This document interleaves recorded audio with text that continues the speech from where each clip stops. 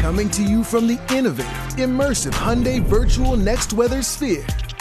This is Next Weather. Tropical storm Gabrielle finally becomes a hurricane. Will it have impacts along the East Coast?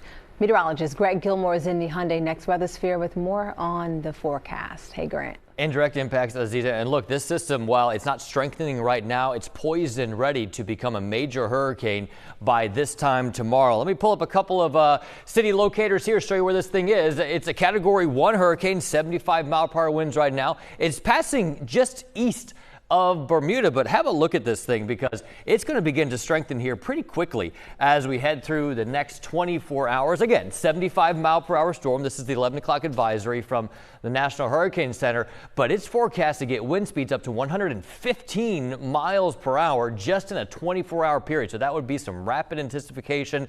The good news for really a lot of people, for everyone for the most part, this storm quickly curves up to the north and east and then just stays over generally the open waters of the Atlantic before weakening. But still, when you've got a powerful hurricane like that, it's going to be sending some swells in our direction. In fact, we've got anywhere from the coastal Carolinas all the way into New England with the potential for dangerous surf and rip currents from this system. And some of those swells have already started to arrive along the outer banks of North Carolina. So needless to say, we've got a high risk for some dangerous rip currents along the Jersey Shore, including the Delaware beaches as well. The weather forecast looks absolutely amazing.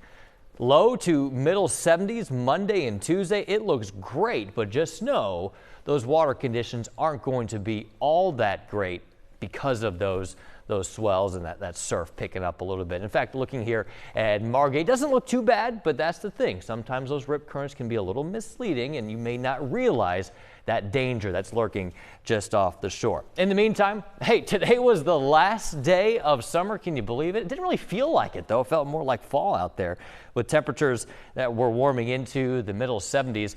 We have cooled a bit. It feels crisp out there this evening. A very nice evening, though. Temperatures right now in Philadelphia are in the lower 60s, but we've cooled into the 50s across most spots. Lehigh Valley up towards Allentown near 60, but we've got some 50s on the map as well as we go into the overnight now. So here's the plan, guys. Looking at great conditions continuing as we go into the day tomorrow. Looking at the satellite and radar loop, all calm across the area. A few more clouds building in from the south and west, but overall, high pressure is the main weather feature for now, though.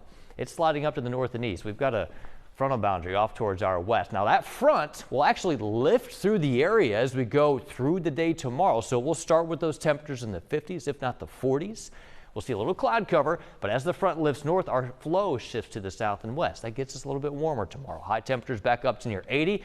Notice the rain off towards our west. This system will be slow at first, but as we go into Tuesday, it approaches from the west. Still a warm southwesterly flow, temperatures warming into the low and mid 80s before we see the chance for storms arriving late Tuesday. In fact, that starts our relatively active pattern that will lead us into the majority of next week. Monday, Tuesday, we stay dry, but have a look at the 7-day here.